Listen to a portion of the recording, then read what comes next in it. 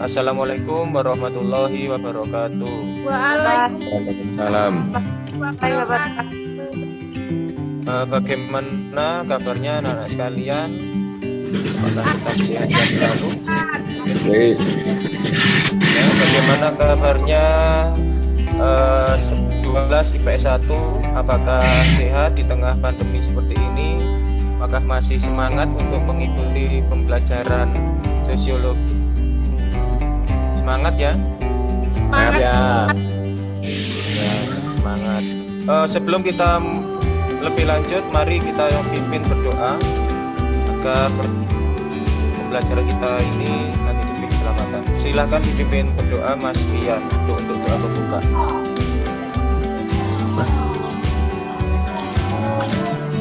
Oke, sebelum kita memulai pembelajaran Zoom pada pagi hari ini, alangkah baiknya kita berdoa terlebih dahulu. Berdoa mulai.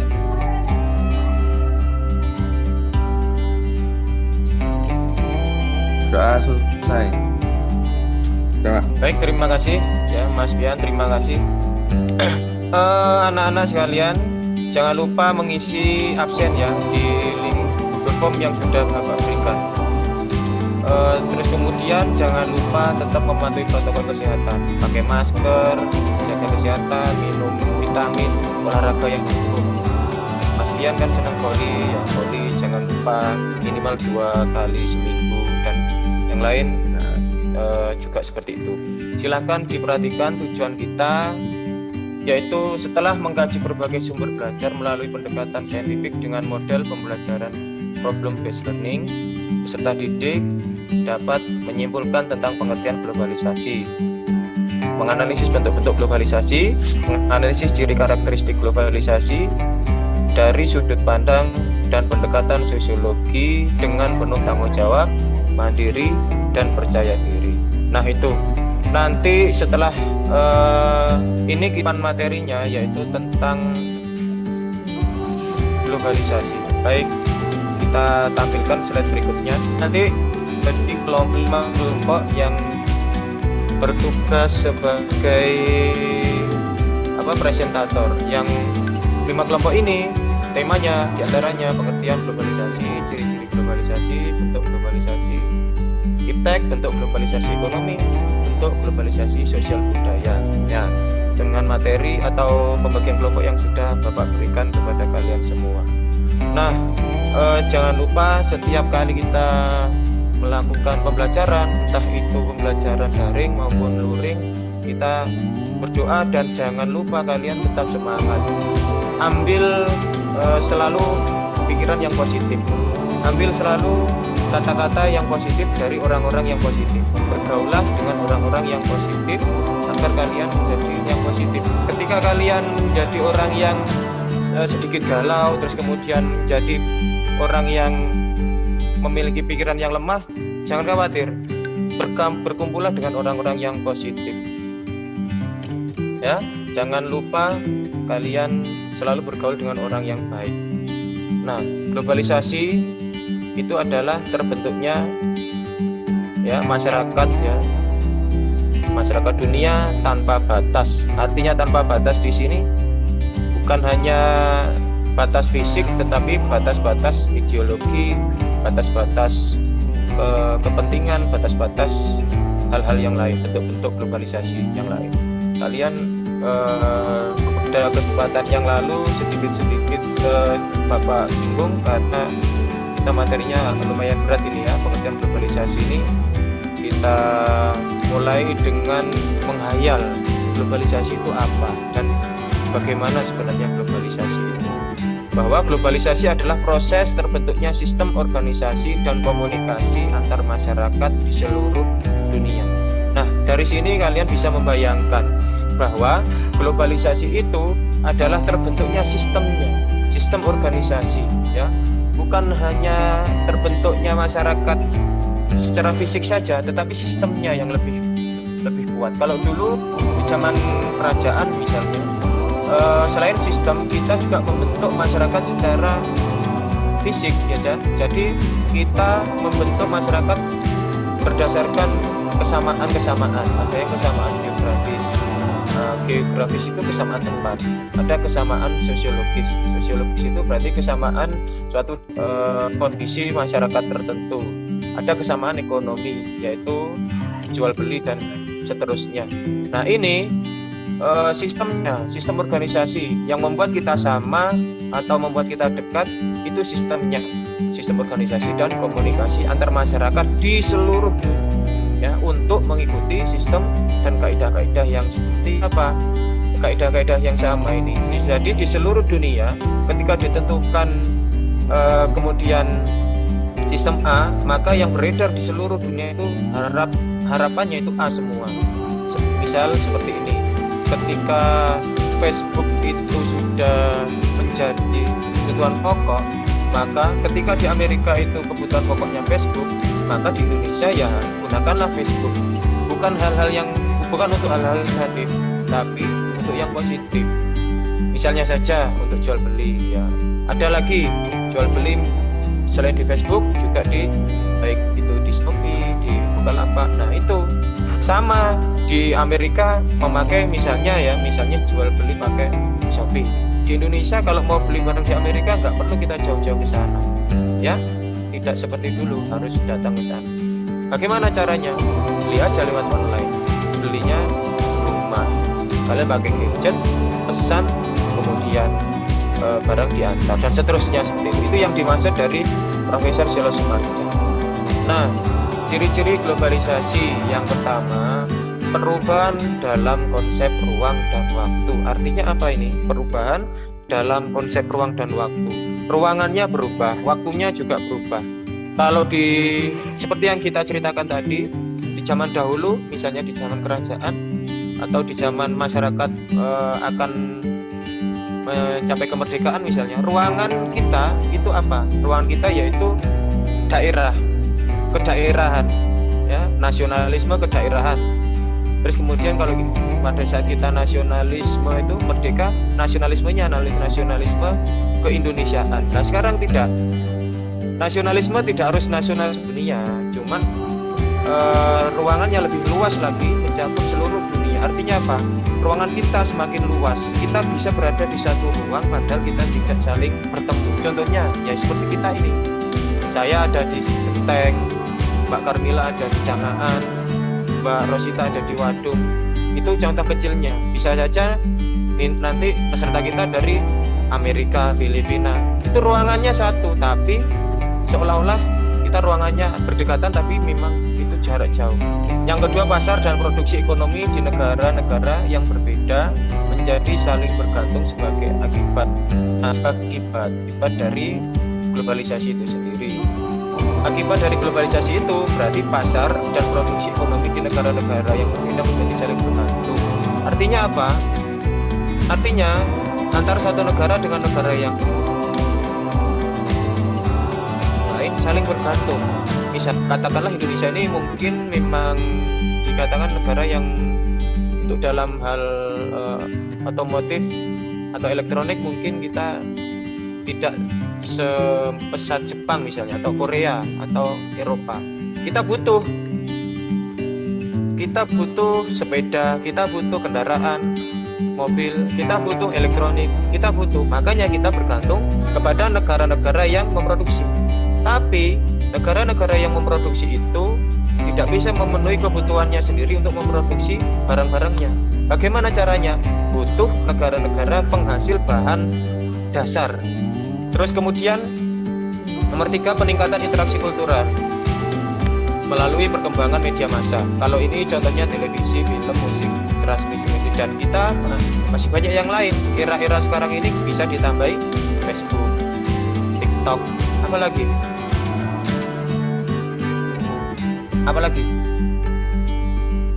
banyak, Pak. tambahi Instagram, Twitter, Facebook, ya. WA, Banyak Line. lagi. YouTube, bahkan kalian sebelum melihat televisi melihat YouTube dulu. Yang keempat, meningkatnya masalah bersama. Nah, ada plusnya, ada minusnya. Plusnya 3 tadi, minusnya ini. Masalah bersama bisa krisis, bidang lingkungan hidup, multinasional, terus krisis multinasional, maaf ya, inflasi regional dan lain-lain. Artinya apa? Masalah lingkungan hidup ini, pengolahan itu tadi pasti membutuhkan yang namanya tempat untuk membuang limbah. Salah satu contohnya di Indonesia ini, perusahaan asing yang ada di Indonesia itu tidak terhitung jumlahnya. Ya, berapa jumlahnya? Puluhan ribu ya. Yang salah satu kita ambil contoh misalnya tambang emas. Nah, setelah tadi ada ciri-ciri ya, ciri-ciri globalisasi yang 4 itu, kini kita bertanya, respon masyarakat terhadap globalisasi itu apa? Atau bagaimana? Apakah menerima atau tidak menerima atau bagaimana? Di sini saya tampilkan menerima versus kurang menerima. Oke, sebelum saya menjawab ya, silakan dijawab dulu. Bagaimana kira-kira masyarakat itu yang menerima itu bagaimana, yang kurang menerima bagaimana? Coba Mbak Dini dijawab. Kira-kira yang menerima itu yang bagaimana teman? Respon masyarakat terhadap globalisasi, menerima versus kurang menerima. Kira-kira keduanya ini maksudnya apa toh? Menerima itu yang bagaimana, kurang menerima itu yang bagaimana? Coba dijelaskan sedikit Mbak. Kalau menurut saya itu masyarakat yang menerima itu mereka globalisasi, seperti gaya pakaiannya dari budaya barat misalkan, itu mereka itu terbuka atau menerima dari situ. Kalau kurang menerima, biasanya ini untuk masyarakat yang ada di desa atau di pelosok, mereka kurang menerima globalisasi karena mereka terlalu pada nenek mereka. Seperti itu menurut saya. Nah, bagus sekali ya. Dari Mbak Dini sudah dijelaskan, menerima itu berarti mereka sanggup untuk mengikuti arus globalisasi. Ya, walaupun kadang-kadang arus globalisasi yang terlalu deras membuat mereka terbawa ya. Yang kurang menerima, masyarakat tanda kutip ya, masyarakat adat yang masih mempertahankan nilai-nilai leluhur mereka. Apakah itu buruk? Tidak, itu baik. Cuma memang harus disertai dengan penerimaan itu sendiri.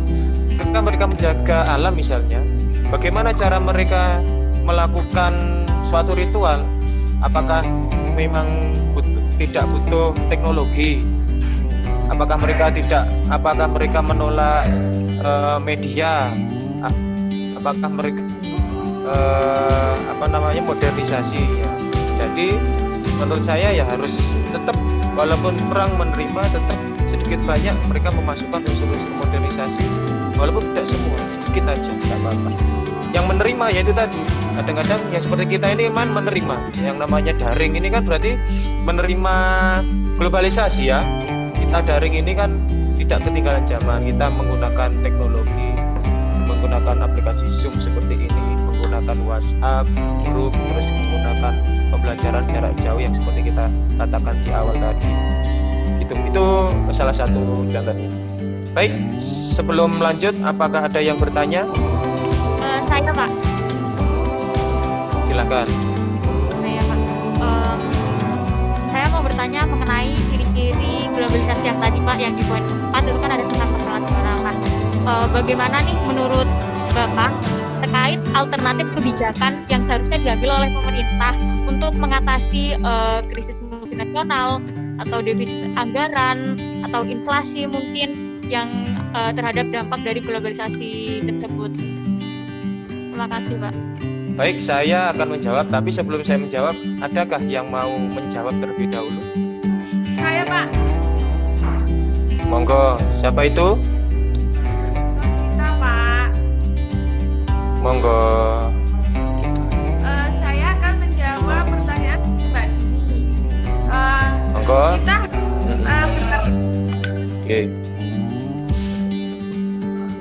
Kita harus menggunakan kebijakan yang tepat sasaran dengan secara bijak dan tidak berpihak kepada siapapun. Jawabannya Rosita bisa diterima, yaitu dengan cara melihat dulu kebijakan itu yang bijak itu bagaimana toh ya, public policy atau kebijakan publik itu yang bijak itu yang bagaimana. Apakah tiba-tiba kita ketok palu terus kemudian menurut anggota dewan baik berarti menurut masyarakat baik, atau ternyata kebijakan itu sebelumnya harus didahului dengan penelitian. Kalau di dalam ilmu sosiologi seperti ini, biar kita ngomongin sosiologi biar Mbak Dini kesetrum ya. Di dalam ilmu sosiologi itu ada langkah-langkahnya yaitu perencanaan terlebih dahulu. Langkah-langkah perencanaan, terus kemudian langkah-langkah penelitian, terus kemudian langkah-langkah evaluasi.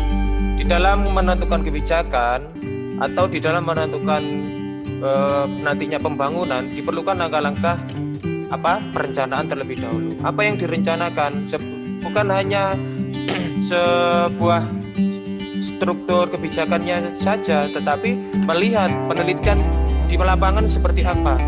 Masyarakat A dan masyarakat B itu kalau dijadikan satu, kira-kira yang jadikan satu yang bisa bertemu di satu pucuk kesepakatan itu yang bagaimana. Misalnya nih, masyarakat di Irian Jaya misalnya di Papua seperti itu ya, dengan kondisi sosiokulturalnya seperti itu, kondisi geografisnya seperti itu. Apakah bisa misalnya kita berikan suatu kebijakan yang sama persis dengan kebijakan masyarakat yang ada di Indonesia bagian barat atau di Jawa misalnya.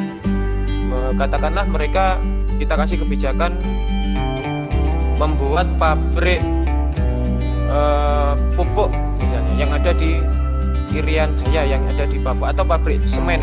Bisa tidak? Nah, mungkin bisa karena ada kondisi geografisnya tuh di sana mungkin ada gunungnya, gunung batu yang kemudian nanti dibuat untuk mengolah bahan dasar jadi semen, terus kemudian. Tetapi bagaimana dengan kondisi masyarakatnya? Apakah bisa digunakan sepenuhnya masyarakat yang ada di sana untuk menjadi karyawan? Oke Pak, mungkin bisa. Bagian apa dulu? Apakah bagian pekerjanya atau manajernya atau direkturnya apa yang nah buktinya saja kalau kalian lihat Freeport, masyarakat setempat itu hanya dijadikan pekerja di kasta bawah ya, mulai dari di lapangan, di terowongan itu ya, penggalian sampai mungkin produksi. Untuk ke atasnya lagi yang pegang orang-orang luar Papua atau bahkan orang asing, orang luar negeri. Nah, seharusnya bagaimana pemerintah itu? Yang pertama itu tadi harus melihat perencanaan yang matang terlebih dahulu, melakukan perencanaan yang matang, melakukan penelitian yang baik, yang diteliti yang terjun siapa? Yaitu ya sosiolog dan antropolog ya, yang nantinya meneliti secara langsung di masyarakat. Terus kemudian dari penelitian ini diseminarkan, digodok, terus kemudian sebelum diketuk palu diperdebatkan di sana, yang kemudian Mbak Dini mungkin sudah menyaksikan sendiri bagaimana langkah-langkah mengambil kebijakan. Sebelum ketok palu itu sebenarnya sudah ada draft untuk apakah ini dijadikan kebijakan, apakah ini tidak, apakah ini layak, ini tidak, apakah di tempat ini layak, di tempat ini tidak, dan seterusnya. Itu sudah sebenarnya. Makanya peneliti-peneliti yang seperti kita ini nantinya dibutuhkan, dan Indonesia masih kekurangan peneliti. Bahkan peneliti sosiologi itu banyak yang dari ada yang dari pertanian, ada yang dari elektronik atau otomotif dan seterusnya. Itu kita masih kurang. Nah, jawabannya bagaimana cara mengatasi krisis itu dengan cara membuat perencanaan yang matang, penelitian yang baik, terus kemudian evaluasi program. Nah, evaluasi program untuk apa? Evaluasi ini digunakan untuk meng-cross check kembali bagaimana kebijakan kemarin, apakah sukses atau tidak. Suksesnya di bagian apa? Oh, ternyata masyarakat di sana di Papua itu boleh dijadikan suksesnya gini. Oh, ternyata pabrik semen di sana bahan bakunya ada. Oke, berarti sukses kan?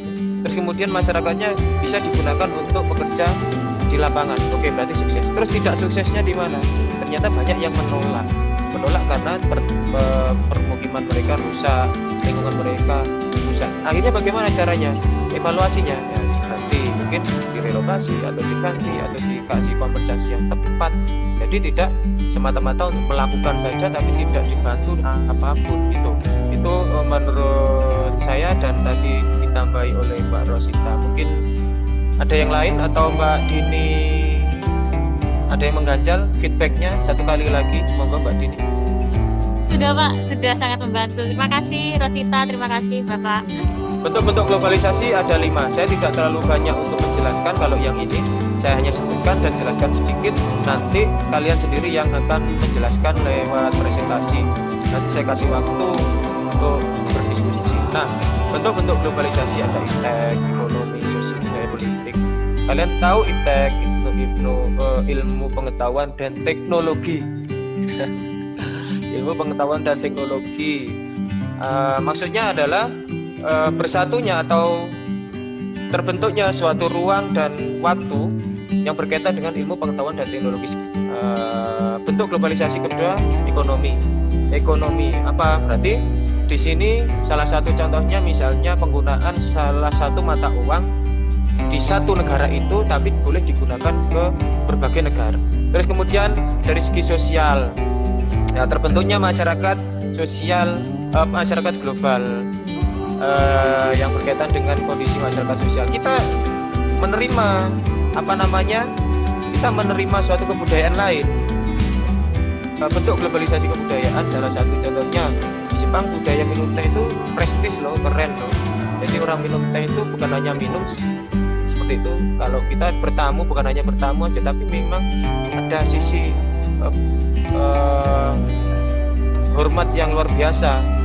Nah, terus kemudian bentuk globalisasi politik. Bentuk globalisasi politik ini berarti bentuk-bentuk globalisasi yang membuat batas satu negara, batas politik satu negara berbeda dengan batas politik negara yang lain. Faktor pendorong globalisasi ada perkembangan teknologi informasi dan komunikasi. Faktor pendorongnya itu tadi yang kita sebutkan tadi, yang kita jelaskan. Yang kedua, kehadiran perusahaan multinasional. Assalamualaikum warahmatullahi wabarakatuh. Waalaikumsalam warahmatullahi wabarakatuh. Satu akan mempresentasikan isu 1. Yang pertama, perkembangan iptek yang berbeda antara negara maju dan negara berkembang semakin memicu kesenjangan antara dua negara. 2. Teknologi informasi di tengah pandemi semakin memperburuk keadaan dikarenakan banyak informasi hoax yang beredar. Bagaimana solusinya? Tren teknologi di tengah pandemi. 1. Pandemi COVID-19 yang telah melanda seluruh dunia termasuk Indonesia memunculkan sejumlah pola dan kebiasaan hidup baru, termasuk dalam hal penggunaan teknologi. Sebelum pandemi, ada beberapa teknologi yang jarang dilirik, namun begitu terjadi pandemi dan pembatasan sosial, orang-orang ramai menggunakannya. Sekian, terima kasih. Dilanjutkan Ilham. Baiklah, saya lanjutkan. 2. Seiring dengan pesatnya teknologi itu, maka sudah seharusnya kita terbiasa dan beradaptasi jika tidak ingin semakin ketinggalan. Berikut ini tren teknologi yang berkembang pesat di era pandemi dan tidak boleh kamu lewatkan begitu saja. 1. Yaitu teleworking. 2. Teleeducation and training. 3. Telemedis. 4. Online shopping. 5. Hiburan online. 6. Webinar. Sekian dari presentasi kelompok 1. Saya tawarkan, apakah dari lain ada pertanyaan? Saya bertanya. Ya, silakan. Peluang apa yang bisa kita dapat pada teknologi pada era pandemi? Mohon diulangi sekali lagi apa pertanyaannya? Peluang apa yang bisa kita dapat pada di era pandemi pada saat ini? Saya akan menjawab dari pertanyaan Dian. Peluang di era pandemi seperti ini, adanya peluang online bisnis karena kita dapat belajar lebih modern cara menggunakan sebuah online shop. Jadi kan kita bisa mana ya Pak, lebih lebih tidak tertinggal. Kalau dulu kan kita belanja harus datang ke tempat belanjaan, tapi kalau dengan adanya peluang modern ini dalam tren teknologi kan kita bisa di rumah saja, namun kita bisa berpesan barang tersebut dari berbagai negara atau daerah. Kan? Iya. Jadi kesimpulan dari presentasi kelompok 1 tadi adalah dalam era pandemi seperti ini, meskipun kita dalam kesulitan berbagai hal, namun ada beberapa cara untuk mempermudah kita melakukan sesuatu. Sekian, terima kasih. Ya, baik, bagus sekali kelompoknya Rosita. Kita kasih oplos di atas tepuk tangan yuk. Nah, untuk selanjutnya kelompoknya Carmila Regita. Assalamualaikum warahmatullahi wabarakatuh. Waalaikumsalam.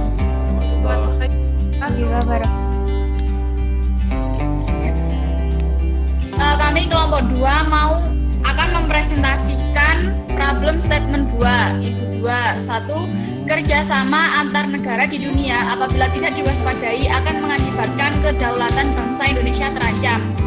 2. Kerjasama antar negara dapat merugikan negara-negara berkembang penghasil pasokan bahan mentah.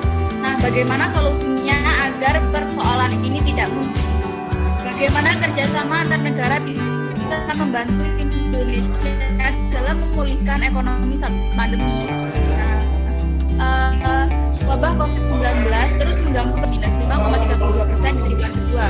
Untuk pulih dari penurunan ekonomi, Indonesia membutuhkan segala bentuk investasi termasuk luar negeri.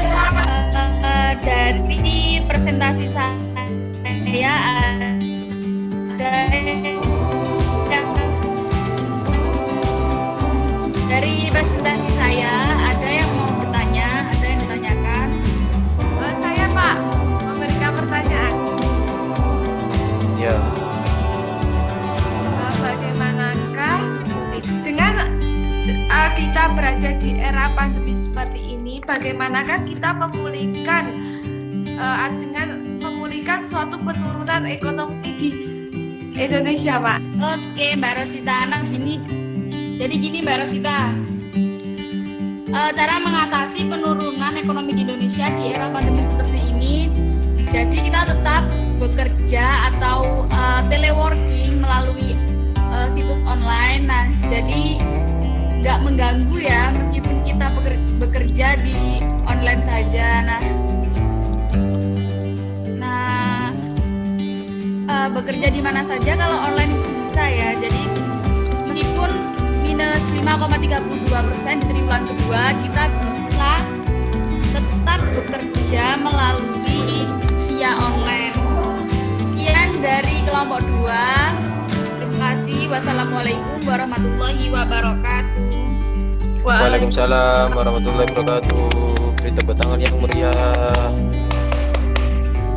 Nah, itu tadi 2 kelompok. Kita sudah melewati pembelajaran pada siang hari ini. Dengan semua kelompok sudah menyajikan presentasinya. Silakan, mungkin yang terakhir adalah kita simpulkan, kemudian kita nanti refleksikan. Silahkan disimpulkan. Kira-kira dari awal sampai terakhir kesimpulan kita apa? Coba, siapa yang mau menyimpulkan?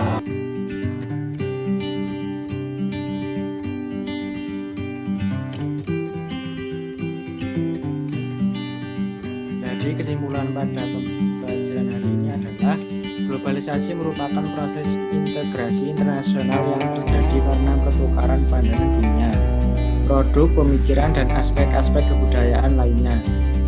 2. Globalisasi dapat menjalar ke berbagai bidang kehidupan. 3. Globalisasi positif dan negatif bagi masyarakat dunia. Di satu sisi, globalisasi dapat mengakibatkan tergerusnya nilai dan norma lokal. Di sisi lain, globalisasi menguntungkan untuk tercapainya masyarakat maju. Terima kasih. Yaitu bagus sekali, globalisasi menurut Ilham itu proses mendunianya semua aspek kehidupan, mulai mulai dari kebudayaan, ekonomi, sosial dan seterusnya. Ada positif dan negatifnya.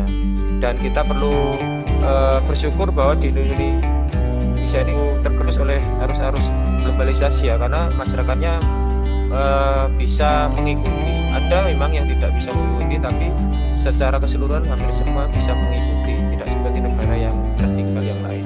Itu mungkin. Terus kemudian yang terakhir sekali itu refleksi.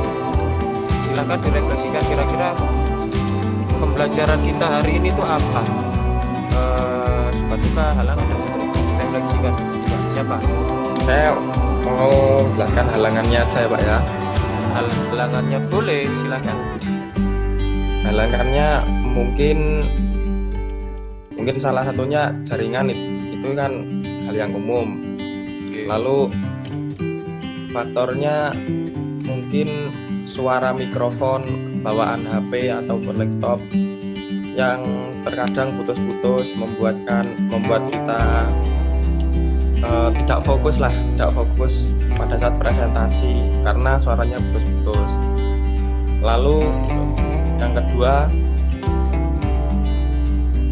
kedua itu kelalaian kita untuk mengunmute atau menonaktifkan suara pada handphone ataupun laptop yang menyebabkan suara berisik. Betul Pak? Ya. Lalu halangannya pada guru, yaitu guru sulit mengondisikan atau melihat anak peserta didiknya yang serius ataupun yang tidak serius. Guru tidak bisa mengondisikan peserta didiknya. Suka dalam mungkin kita dapat mengetahui wawasan baru, ilmu pengetahuan yang baru, dan kita bisa bertemu dengan jarak jauh, membicarakan tentang materi yang kita tidak tahu dari jarak jauh tanpa bertemu. Kita bisa mendapatkan ilmu pengetahuan yang baru dan wawasan yang baru. Nah, anak-anak kalian terima kasih banyak. Kalian sudah berkumpul di sini untuk mengikuti pembelajaran dan kemudian menyukseskan pembelajaran kita hari ini. Jangan lupa ujian atau ulangan kita nanti Bapak berikan di Google Form yang kemudian nanti saya bagikan juga di grup WhatsApp ya, di WhatsApp group. Nah, untuk itu saya akan menyimpulkan secara umum, baiklah, globalisasi itu yaitu terintegrasinya berbagai bentuk, berbagai unsur atau berbagai elemen modernisasi yang ada di Indonesia atau di dunia. Globalisasi itu membuat jarak baik itu ruang maupun waktu itu menjadi hampir tidak ada. Kita bisa mengakses informasi baik dari dalam maupun dari luar negeri sesingkat-singkatnya, sehingga secara positif membantu dengan cara mendekatkan kita yang jauh. Tetapi yang negatifnya yaitu kalau kita tidak mampu memfilter, maka akan mengerus jati diri bangsa kita. Itu dari kesimpulannya. Terus kemudian refleksi. Terima kasih Mbak Rahmi dan Mas Fian yang sudah merefleksikan. Mungkin akan saya poin dari Mas Fian, guru itu memang sulit untuk mengidentifikasi mana yang serius, mana yang tidak. Ini dari 30 orang ini tidak bisa satu persatu saya tiba-tiba tahu. Kalau di dalam kelas kan tahu kalau yang ngantuk, yang bergurau mana. Kalau kalian yang di sini itu memang sulitnya apa? Ketika kalian mungkin tidur atau pergi, itu kalian cukup mematikan, memutekan mikrofon dan kemudian mematikan atau stop video, kalian bisa pergi kemana-mana. Saya tidak tahu. Itu makanya sulitnya di situ halangannya. Terima kasih sudah diingatkan.